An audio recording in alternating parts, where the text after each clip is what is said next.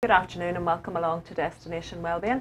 My guest this afternoon is a familiar face on Destination Uri, following your morning show each morning. Rowan goes out from 7:30 through till 10. 7:30 to 10:30, and it's a joy to be on your programme. Thank you very much. Destination Wellbeing, because very, very often, indeed, every Thursday morning at 8 o'clock you come in to me and you tell me all about your programme on that week, and it goes out then at 3 o'clock on a Thursday. It goes out at 3 on a Thursday. You're always welcome on my programme. Well, thank you. And it's you a bring pleasure. cheer. It's a pleasure to be in and pleasure to have you in Destination Wellbeing this afternoon. So I'm sure it'll not have gone unnoticed that floating about in many of the business establishments, and I'm sure many women are, maybe women and men are experiencing it at home, where partners are starting to grow sort of towards the end of November now. The beard has been well and truly on its way, so and all part of the Movember campaign, and that's hopefully what we're here to talk a little bit about today, is men's health.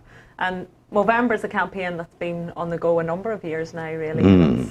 It was an excellent awareness campaign that gets hopefully... Absolutely. And I think increasingly we're seeing young men engaged in it. I mean, I saw a couple of 19-year-olds sort of, you know, with their moustaches growing, or their hope that they could grow moustaches, maybe. I know a few women like that too.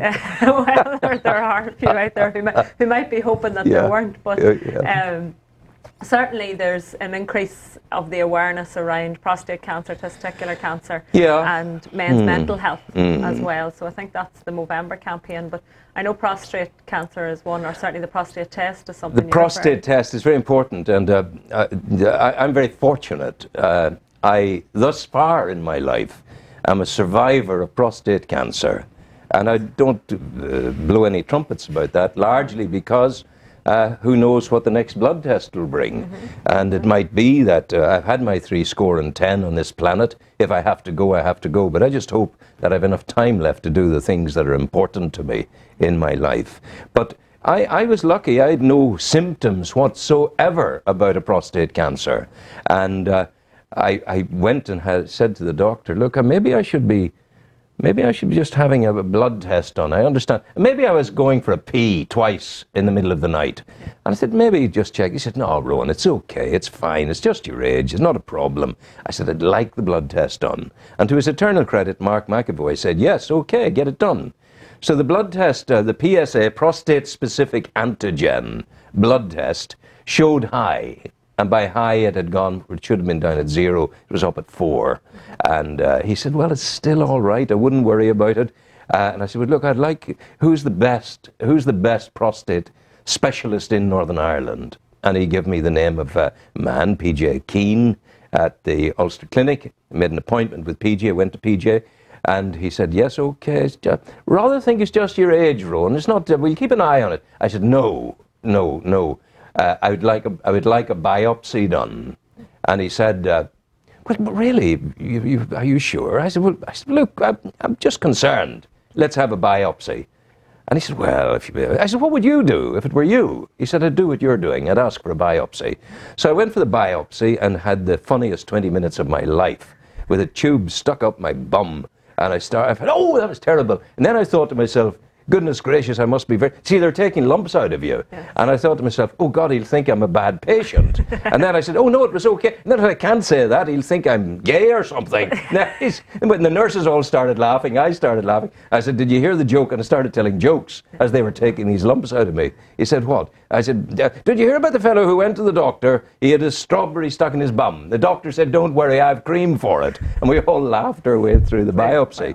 But the biopsy, they take 13 cores from the prostate, and they examine the 13 cores. Well, 3 of the cores showed what was described as low-grade prostate cancer. 3 of the cores, and the biggest site of it was a 1/4 of a millimetre. Very small, got it in time, and we decided that there was no treatment necessary other than to keep an eye on it and have it monitored every 6 months, get the blood test done every 6 months. And then also I was told that pumpkin seed oil, a great thing for the prostate. So men out there of any age, you know, once you're in your 40s, take pumpkin seed oil all the days of your life. And when you get to be an old guy like me of 70, then you'll not have a problem. So make sure, two things. You take the pumpkin seed oil starting yesterday. That's the first thing. And the second thing is get your PSA blood test done. And the extraordinary thing is that not every doctor will do it. Yeah. I think that's the important point, and I know Andrew has a wee slide just to slip up for us there, but equally the steps that you took were the first one. You know, any concerns, anything like that, nip in, have a chat with your GP. Oh, absolutely. But encourage them, and you know, their job is to filter, I think, is quite a bit as well. And they will do that, but if you feel that it's something that's you really must take responsibility for your own health. Whether you're a man, a woman, or anyone else, you must say, this is my body, this is my health, this is my mental health, this is whatever. I am insisting, I'm afraid, that I have the blood test. Now, I have been telling men to go for this, and 3 men have come back to me and have said, the doctor wouldn't do it. And I said, why would he not do it? He said, it's an inconclusive test. Of course it's inconclusive, but it is a test. Yes, and it gives you an indicator, an imperfect indicator, yes, but it points you in the right direction. So once you have that indicator, then you're in control of the situation. If you're going to die, you're going to die knowing you're going to die. Well, I think, and one of the points that you made at the beginning was having the energy and the enthusiasm to live and do the things that you want to do. And I think that for me with health, that's one of the key things, is prevention's better than cure. And there are so many things that can help us along that path. And you know, for young men watching, or the husband, the wives of young men, or brothers, sisters, because I think a lot of the time it's women are the influencers in encouraging men to go along and to have a chat with the doctor and to do things like that. But they're also often the person at home who's purchasing the shopping, and they're controlling, in a lot of cases, they're controlling the food supply and taking responsibility, as you say, for what a person eats, rather than letting somebody else be responsible. You're born alone. You're going to go into the grave alone. So in the interim, act alone and make sure you're looking after you. Because if you're not good to yourself, you can't be good to anyone else. No, well, we talk about that from a mothering perspective as well. Yes. Very often, you know, it's everybody else comes first. And men are probably, I think, you know, they look at their life expectancy is a lot, not a lot, but it's less than women's. And biologically, there's no reason for that. Joanne, I want to tell you, with my hand on my heart, that I want to live to I'm 120 at least. And the way I feel, my health is hugely good. I have my own everything, all my arrangements made. Should I pop my... Andrew, if I drop dead now, you must keep the camera rolling. That's important. It has to keep going. I have to, the show must go on. Everything, I've got my arrangements made, everything. So I have no worries about that end of things. But having said that, by looking after myself, what I eat, don't take too much alcohol, never smoked in my life, keep an eye on my prostate-specific antigen, and keep going and keep doing the right thing and embracing each new day. Yeah. And looking after, I think that's one of the key things, is keeping ourselves challenged. So even from a mental well-being, I know Movember looks at men's, both the prostate, to raise awareness on prostate cancer, testicular cancer, but also mental health. And it's something that men, you know, aren't renowned for. And again, we're maybe generalising a wee bit, but we can only go with what the information and the statistics tell us. But you know, women are quite good at talking. They're good at chatting and offloading a bit. And Yakky. Yes, I know. We talk, I know. But we're also good at sharing feelings and emotions, and you know, whereas the men aren't the best criers in the world. Well, I wouldn't.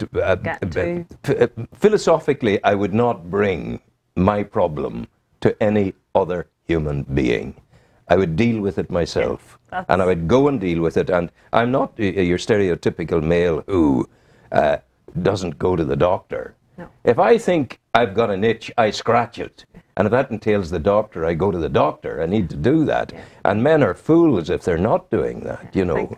I think sometimes it can be, you know, it's a mindset where, oh no, sure, I'll be fine. I'm putting it off and putting it off and putting it off. No, you won't be fine. Prevention is, as we say, so much better than cure, and going and getting, whether it's even from a woman's scenario, mammograms. Yes, I'm not a great one for running to the doctor, as I try to take the prevention's better than cure and the holistic perspective. But when the chips are down, if you have to, by gum, you do. But I also think that the going to get the checks allows you to keep things in Yes, perspective. yes, You know, it get does. the blood pressure. A few weeks ago, I went. I had my blood sugars checked, I had my blood pressure checked.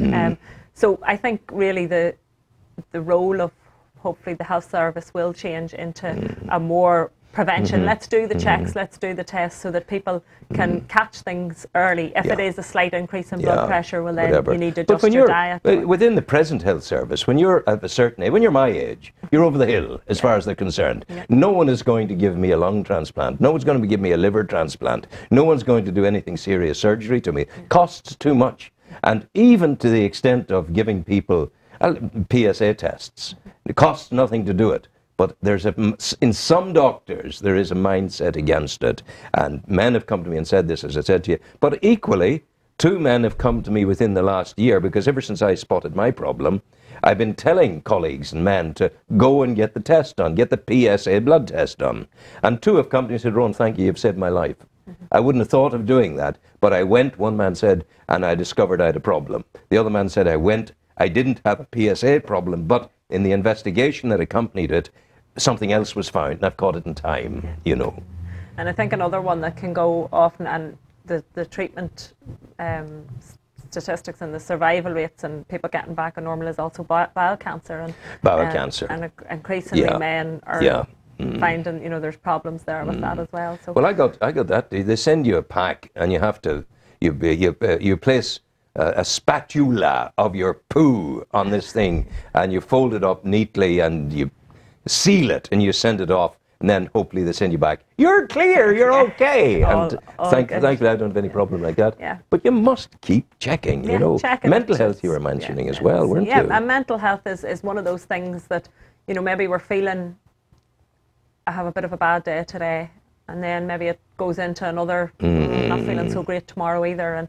And I think, you know, if we look at the comparison between mental health and physical health, if you have a bit of a cold, you either, you know, some people will take medication for it or whatever, some people will rest and take time out, and they'll try and give their body time to recover. Whereas with our mental health, it's maybe a wee bit more, no, I'm okay, I'll be fine, and it becomes doesn't work that way, and it doesn't work that way. No, it doesn't. I had the great privilege of being a close friend of John McCarthy in the south of Ireland. And John, I did 2 nationwide programs with him.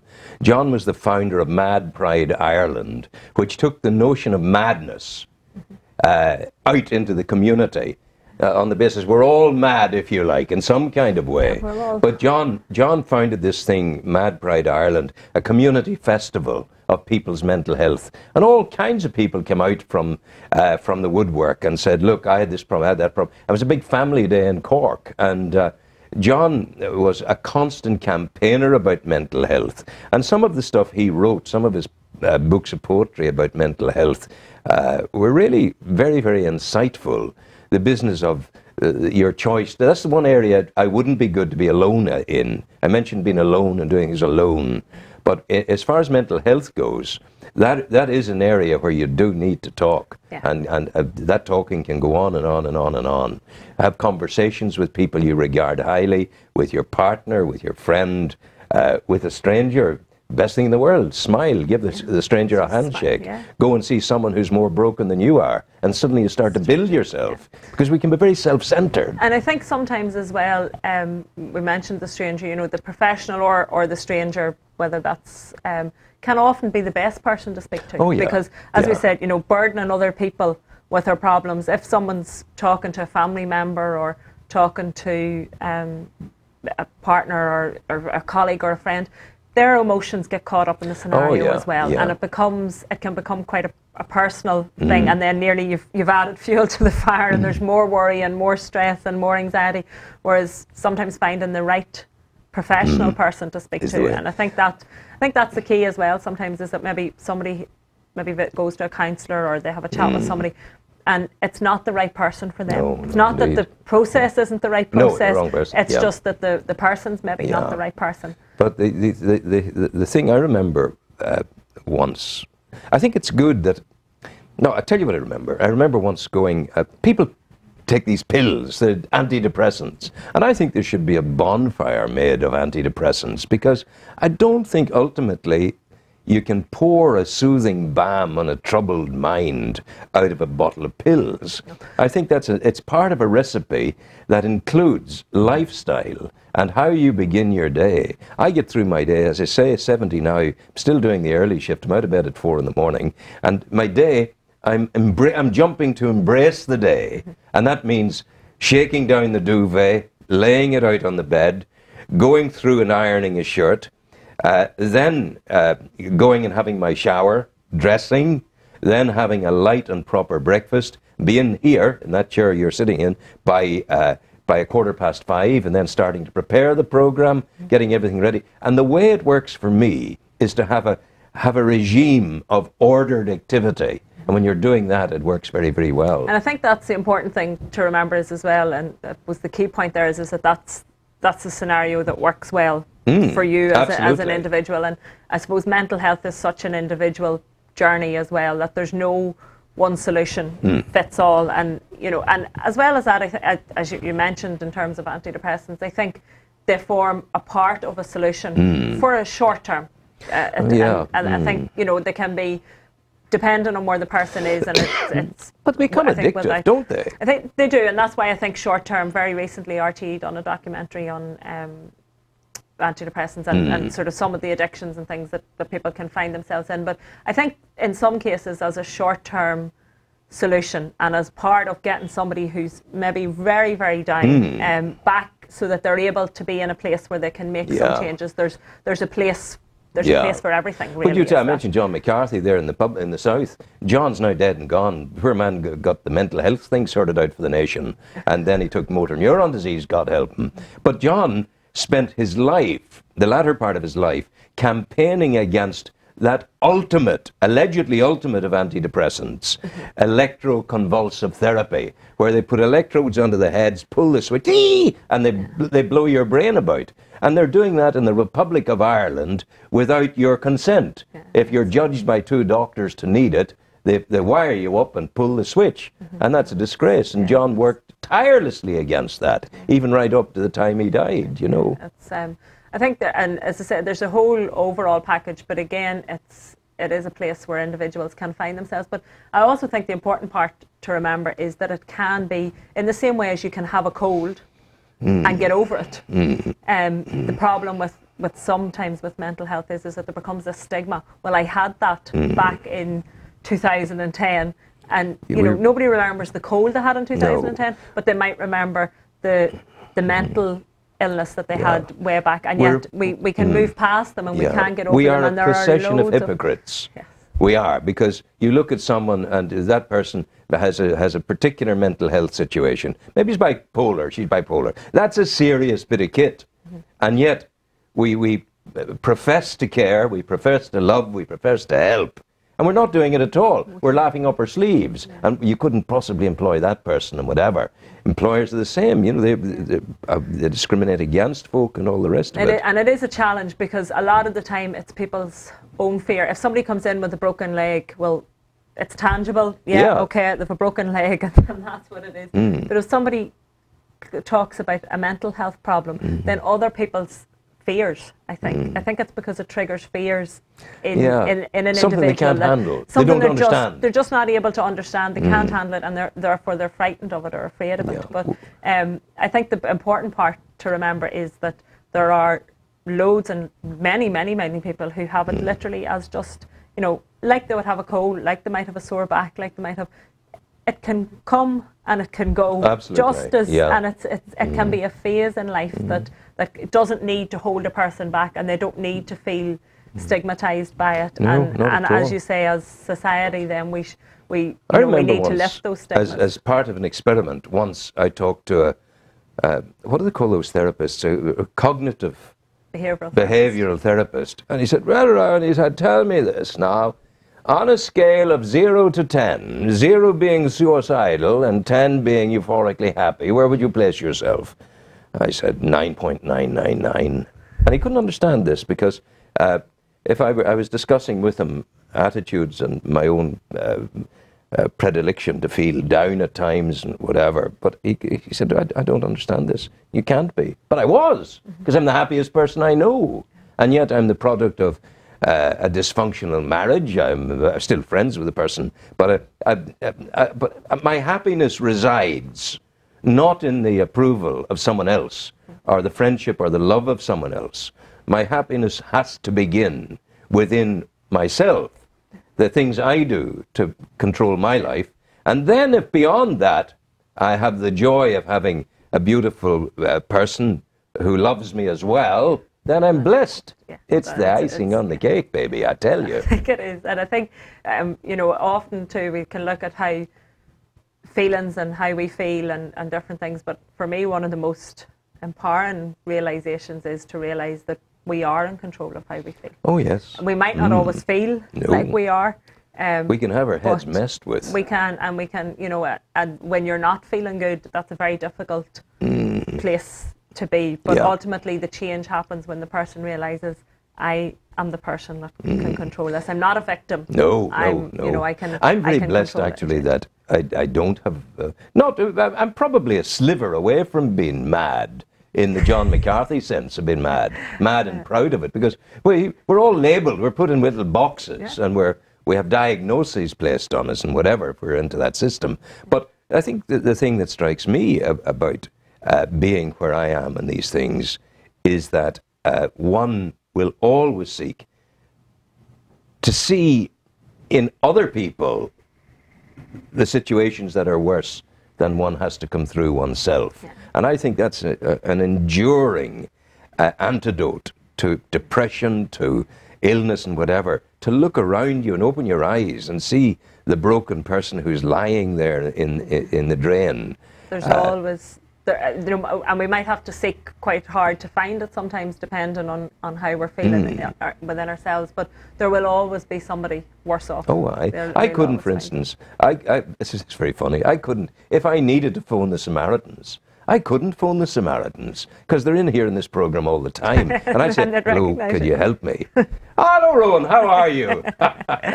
Bridie, it's Rowan. You talk to, you know, that's sort of nonsense. But there are great organisations out there who do help, fabulous like the Samaritans, you know, and I think also there's the more serious side of mental health when it gets too much, but there's also, you know, subtle things that we need to do, surrounding ourselves with people and the right type of people. There are people who we need to just sometimes let go of out of our lives because they do us more harm than good. And no, that's a hugely wise thing to say. And that can be, again, one of those easier said than done, maybe particularly where it's family members. And I know coming up now to Christmas and things can add, you know, whilst we've got the joy of the season and we've got all of that, there are some pressures. But if people could get their heads around the notion that Christmas should be every day in terms of personal happiness, and also in the personal happiness you bestow upon others, then there's no pressure in Christmas. People are going to spend fortunes at Christmas. I think for a lot of us too, it's an expectation of something that can't really live up to what we expect it to be, because maybe people have, and again, we're looking maybe specifically at men, but grief can be a thing that men can struggle with quite a lot because they don't express it sometimes in the same way, and maybe somebody's lost a family member throughout the year and Christmas is a bit more challenging or a more difficult time.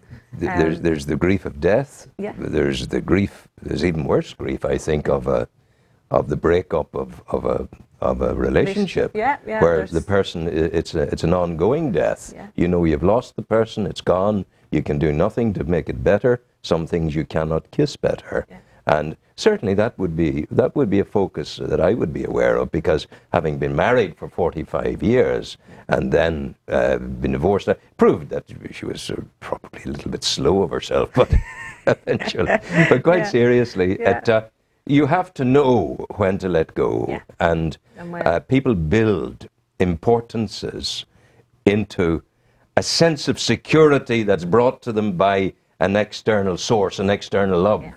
And if you can get over that hump, you've got it beaten, I tell you. I think, and that's the important part. I would do quite a bit of work with confidence building and self-esteem, and that would be one of my big messages, is that, you know, it's Buddha or the Dalai Lama's from it. Buddha's here tomorrow. Yes, they're here in the morning. Yes, they are. Sorry, I had to say that to you. Yes. I know you love Jamvaling, the retreat centre. Please, go. Their idea that they have is that we're you know, if you're happy for external circumstances, you're in trouble because You they are. can change. It's finding that happiness. But I also look at the idea of if I have 20 people in a room and somebody walks in and starts throwing insults into the room, each one of those people will hear something different. Oh, they will, of course. And the words are the same.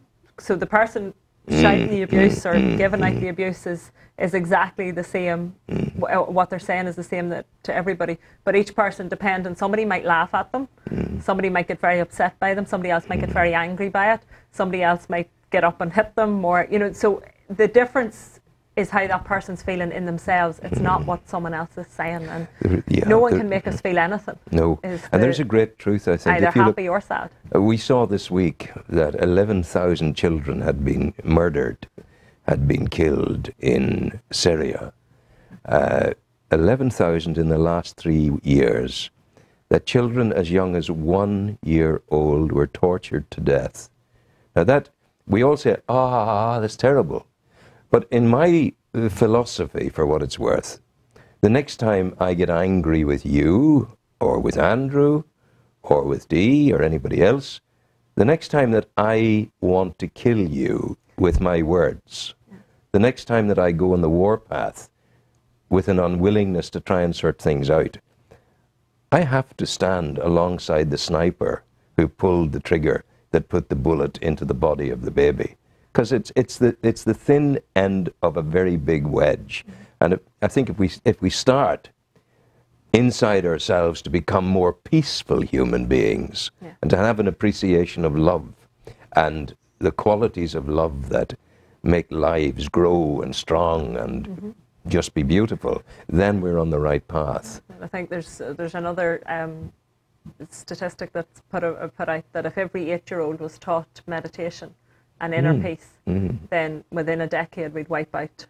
You know, within a generation we'd wipe out war, because it's what comes in. You can't have an angry person if you can't, you know, without anger inside the person, you can't have anger in the world, or you can't. No, it's if true. You have peace, if we had a world full of individuals that had peace inside themselves and were at peace with themselves, then there could be there's no greater. So when they talk about charity beginning at home, I think it's inside, peace and love that begins at home as well, and inside ourselves. Yeah. And if that can become our quest for health and well-being, then why because not? again they look at you know, whether it's prostate cancer, testicular cancer, a lot of it all comes down to stress related and imbalances, and age can be part of that, but again that's stress that our bodies are under over a lifetime of stress. So I think hopefully if we can encourage certainly men out there who even mid-50s to just absolutely, you know, go have a check, and younger put in the prevention better than cure absolutely. scenario. The pumpkin seed oil is the start. Oil and, you know, good, healthy, nutritious food. You know, even one day a week if we can go meat free. I know men are big fans of their steak and their protein and things like that. But the steak and the protein, it lies very heavy in the tummy, doesn't it? If we can go even, I would say even just give it, because again that's an ancient, you know, if we look at any of the large religions in the world, hate religion. Whichever, hate we'll not religion. get you started on that. Hate religion. But if we look at any of them, most of them had a fast day. Yeah. And that was maybe caught up in religious reasons and, you know, whatever idea they put on it, but it also had a very practical basis that your body needs a day off. It needs time. It needs a break. Absolutely. And we, you know, the Catholic Church was as a great an advocate for that fast day as any of the religions. I should say to you that I don't hate religion per se, but I hate many of the manifestations of religion, all of which are predicated on power and control. And that's, I suppose that's where power corrupts, and absolute power corrupts. Absolutely. Yes, indeed. But hence another reason of mine where I think we should get a few more women involved in the hierarchies of some of the churches, and I think we would have a better balance. Yeah, but I mean, these church fellows they're mostly fat, they're mostly obese, smelly old men. And they're going around with the total abuse of their bodies through smoking and through solitary lifestyles that are no good at all. And they don't communicate well, they're introspective, And they say it's all in the interest of God. It's not. They're just lazy, dirty. Some of them are lazy, obese people who are not actually doing what God intended them to do. And then on the other side, there are a lot who are. So I suppose we. No, that's what I said. A lot who are very good. There's a balance. Priests in Africa who are building schools who are courageous men. The Pope is a wonderful man doing what he's doing. But then the rest of them start getting at him. And they started saying, oh, it's just a spin he's putting on it. It's all right to be a good PR man, but there'll never be a doctrinal change, you know. And how can you have, I believe they're going to, Mary McAleese may well be nominated for to be cardinal in Ireland. So I'm happy to tell you can be cardinal, but by gum you can't be a priest. Well, there we go. I'm sure you're heartbroken about that. No, I think there's a few more years of change before maybe that needs to happen. But in the meantime, you have one very, very important thing to keep doing. Bathing. Yes. In your oil of rose and geranium. Rose and geranium, yes. With your pink pajamas that you told us about on the radiator. I'm not quite sure where we talked about that. And on my program, dear girl, the joy of being able to snuggle into them and be good to yourself. Those are small things that are great things. Taking things, and I think that's a big shift from our... Take pleasure in small things. It's the simple things, and suddenly they become the bigger things. Rowan, thank you very much for your time this afternoon. We're finished, yes. I was going to tell you, I think I've got a problem. I went to the psychiatrist and I said, Doctor, I think I'm a dog. He said, you've come to the right person. He said, I can help you. Jump up there in the settee. I said, I can't. I'm not allowed to. And at that note, Rowan, you can join Rowan on Destination Uri each morning. From 7:30 till 10:30, and Destination Wellbeing on a Tuesday and a Thursday afternoon at 3 p.m.